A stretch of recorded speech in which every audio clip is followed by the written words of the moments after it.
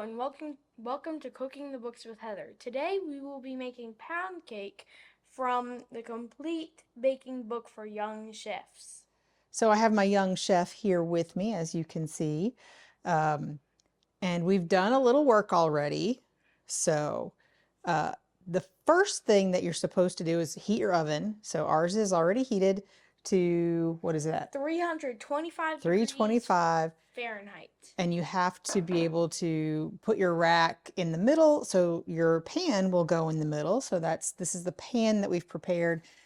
Now they said to use vegetable oil spray with flour, which I had for a while, but we've used it all up and I don't generally keep it. So we just buttered it, used our hands, spread butter all around it, and then used regular all-purpose flour just to coat it. That's so it won't stick. And I'm going to put this over here just out of our way.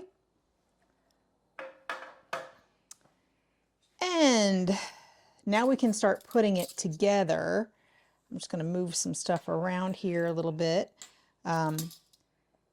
So we have our flour here, and now this is not regular all-purpose flour. This is cake flour. This is cake flour. This is what we're using, and I measured this by weight. The book includes both volume and weight measurements, and I just didn't want to have to try to get my measuring cups into this box. So we use the weight measurements.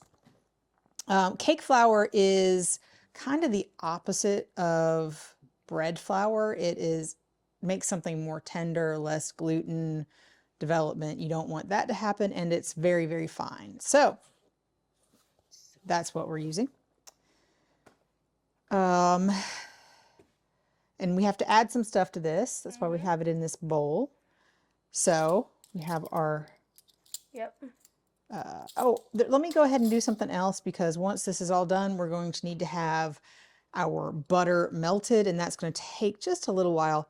I already melted part of our butter, or partially melted half of our butter, because I had to get it out of the freezer, but the rest was just in the refrigerator. And this is, what kind of butter is this? This is unsalted butter. Unsalted butter. So I'm going to put it in the microwave to finish melting, and hopefully it won't pop and spit all over the place like it tried to when it was frozen. Our microwave has a very helpful melt butter setting, so that's what I'm using. Fingers crossed. Now, what are we going to add to this? We're going to add our flour, baking powder, and salt. Right. So we're going to measure our salt. You have the right one? Yep. Okay. It's good. We're just using our kosher salt that we normally use. It doesn't say to use kosher, but it'll be fine. And our baking... is this the right thing? This is baking soda, not baking powder. This is baking soda, but we need baking powder. So we have our baking powder here. We're going to add that. It has a very convenient thing. Wait. Look. It helps if you pick it up. Can I have it? Yeah. So you pick it up so you can get it all the way to the edge, and then you can scrape it. Now I'm going to let him do it.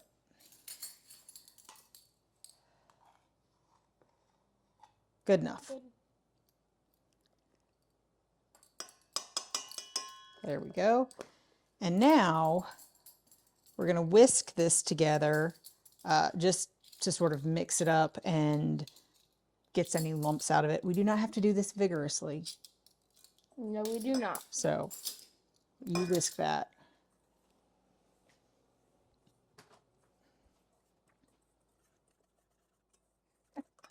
Pretty good. Can we put the salt away?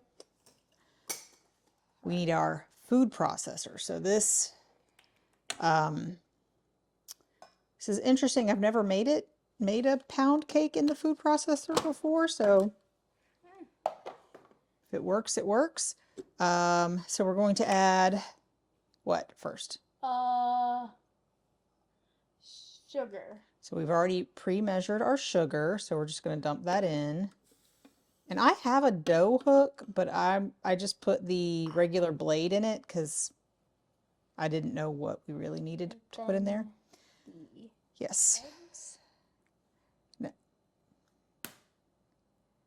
That's good. That's good. And try not to get any shell in there. Oh, hey, look what we can do. We can crack it into this bowl that we've already used.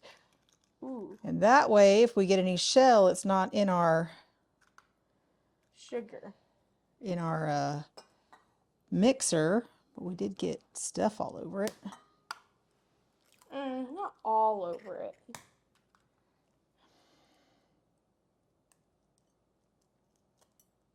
Oh.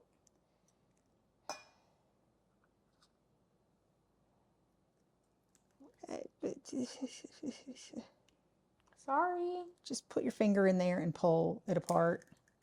There you go. Get the shell out of there, and we're going to put these in before we get more shell. Now look, here's a trick. Take the shell. You take the shell. And where did it go? Is it on you? No. Oh, it's underneath here.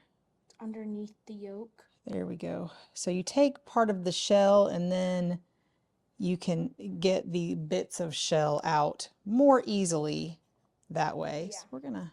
Normally I'm pretty good at this. He does crack eggs and make himself breakfast relatively often. I haven't done it in a while. You want me to do it? Yes, please.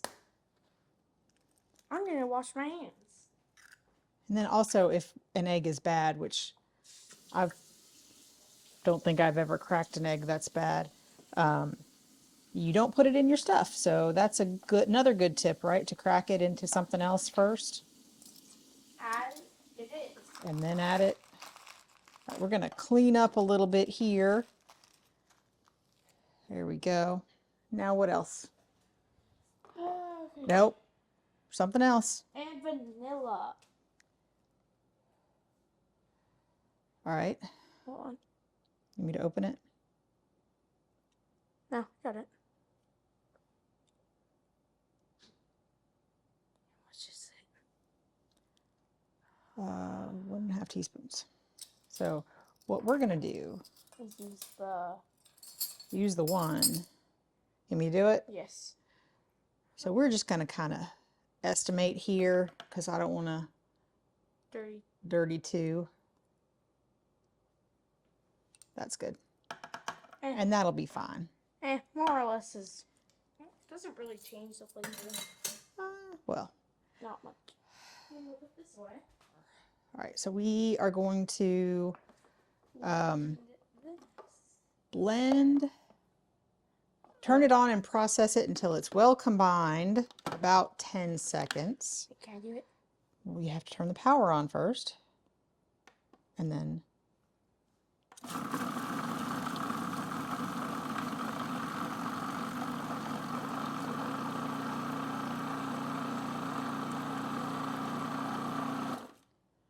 all right. We can look at it if we want. We don't have to do this, but it looks pretty well blended to me. Uh-huh. It does. Oh. It just came back on by itself. It's still a pretty new food processor to me, so, you know. Yeah. And now... Leave it running and then pour it. Now we're going to turn it on and pour this in slowly. Actually, we're going to do it in smaller. We're going to turn it back on and pour it through the small hole. We don't need... Wait, hold on. What if we poured it in that and then... No. Oh. This is not... That's a... Then why does it have measurements? I mean, you could use it to measure it, but then you still have to pour it in. Yeah, all right, whatever. I'm going to turn it on, and you're going to pour it slowly.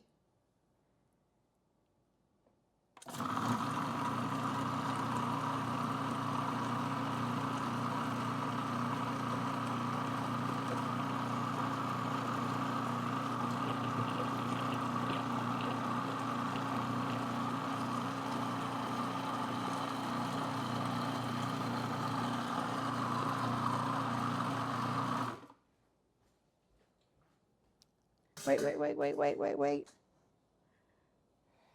There's still some in there. You know me. And I'm going to need this anyway. All right, there we go. Okay. So. And now I've got butter all over my hands. All right. All right, I'm going to turn the power off. Put this back in, sure. We're going to remove the lid. And that looks, I mean, okay. Looks pretty good. All right. And it says to ask an adult to remove the processor blade. Mine, sometimes you don't want to do this because it will have a hole and it might come out. So your adult should know how to do this with their food processor, how and when to do this with your food processor, but you have to know your food processor for this. This one don't have a hole. This one does not have a hole. It actually is closed.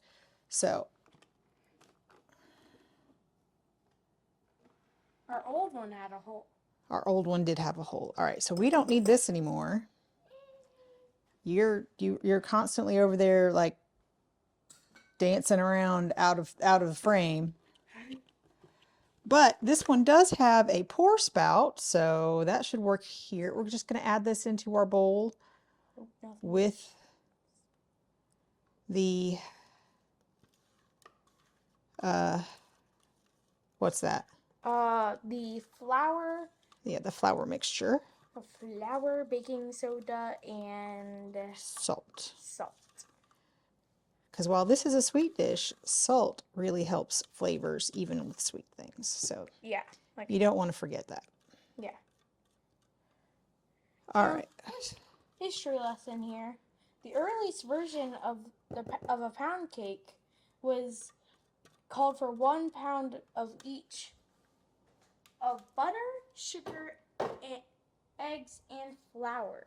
This made it very easy for cooks to remember the recipe, but also made it a very large cake. Over the years, home cooks scaled down the recipe to make a smaller cake and add some ingredients here and there, including leaveners such as baking powder to make sure the cake would rise. All right, so now that this is in here, we just need to stir this together. To gently stir it until just combined and there's no dry flour. So you have to get all up in the bottom too.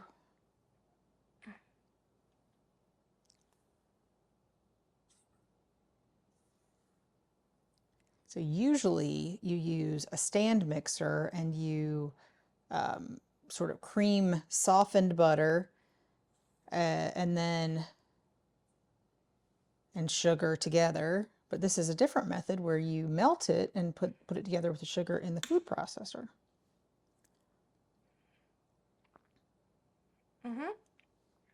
Different. Also, it's a different way than we normally make. Yeah, we usually make a kind of a larger cake in a bundt pan, a round one. Yeah, like if you've ever watched what's it called? Bake Squad on Netflix.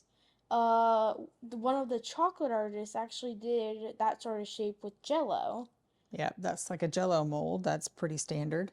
Yeah, let me see. And he injected it with some sort of like liquid to make like flowers. Oh yeah, I've seen people do that in the with the gelatin. Yeah. It's very pretty. I don't know if I would want to eat it. What do you think? Yeah. And with Bake Squad, each time every single person makes one, and that time he actually got picked, I believe. All right. I mean, we have some lumps, but what do you think? I don't see any dry flour. Neither do I, so I guess that should be okay. So it says don't overmix, so I'm going to stop. Stop. Hey, what's that sound? And we're going to, do you want to do this part? No. You don't. I don't want anything. We're just going to pour this into our prepared pan. and scrape it in. Get, all right, Ooh, that's fine. We already have to clean up, don't worry. yeah. See, look, I even made it worse. All right, so we're going to put this in the oven that's heated for how long? About an hour. About an hour. 55 minutes to 1 hour, but when it's done, it should be what?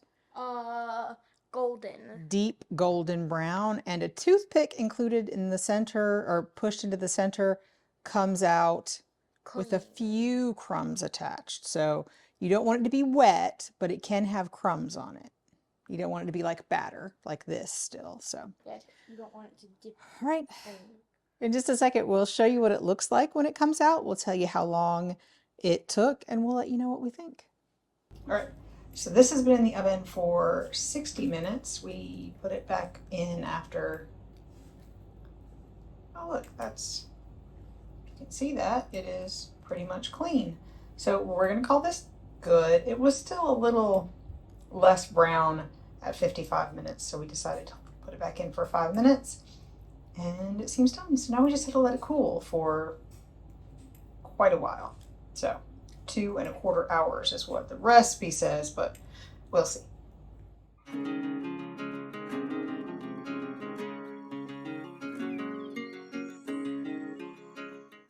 On this episode of Cooking the Books with Heather, you watched me and my little sous chef here make pound cake from the Complete Baking Book for Young Chefs. It's an America's Test Kitchen cookbook. I will say, first off, we did not follow the instructions to allow it to cool for 15 minutes in the pan and then take it out. So that was bad. It wasn't too bad. It came out, it didn't stick bad, but it was a little more difficult to get out, I think, than it should have been. And a little stuck on the pan, so I got to get a little taste before. Yeah, some of the bottom was stuck to the pan at that point. Delicious. But he said it was delicious. So and we've been having this because, like I said, it's strawberry season. We've been having this with strawberries and whipped cream, and it has been delicious. It still had a nice crust on the outside. I felt like that was good. That was very good. We did bake ours for the full 1 hour. So I tested it at 55 minutes, and I didn't think it was quite ready, but then at 1 hour it was done. What do you think? Well, I think it could have risen a bit more, but other people tend to disagree for some reason. I think the texture was fine. The texture was fine. I think it should have been a little bit taller. Yeah. I just have it in the refrigerator. Yeah, I feel in like a bag. It should have been a more like it does look a little less risen, a little shorter than theirs, but you never can tell with the pictures in the book if it was made using the exact recipe or a little bit more or like a double recipe. You never know. It was the same size pan. Sometimes they make them prettier for the book and make them a little bit differently. But I think it looks pretty similar otherwise as far as texture and everything. Yeah. So we didn't get as many of a big bubble, but as many big bubbles as you can see in the picture here. But I thought it was pretty easy, although I don't love washing the food processor, and I don't think it's really necessary for a pound cake. You can do it with hand. Well, you could do it by hand, you could do it with a mixer, and it would probably be fine. It's a lot easier to throw the parts of my mixer, the steel bowl and all that, into the dishwasher, where I am trying very hard not to throw the plastic parts from my food processor into the dishwasher because I want it to last a long time. Yeah. So, I mean, this recipe calls for that, but I really think you could probably, with this recipe, considering it is melted butter, you could probably do it by hand without that. without using that special appliance. I think it would be entirely possible. We enjoyed making this. And if you enjoyed watching us make this, please give us a thumbs up. Hit the subscribe button, share this video with your friends, and come back and watch me and maybe my assistant make something else next week.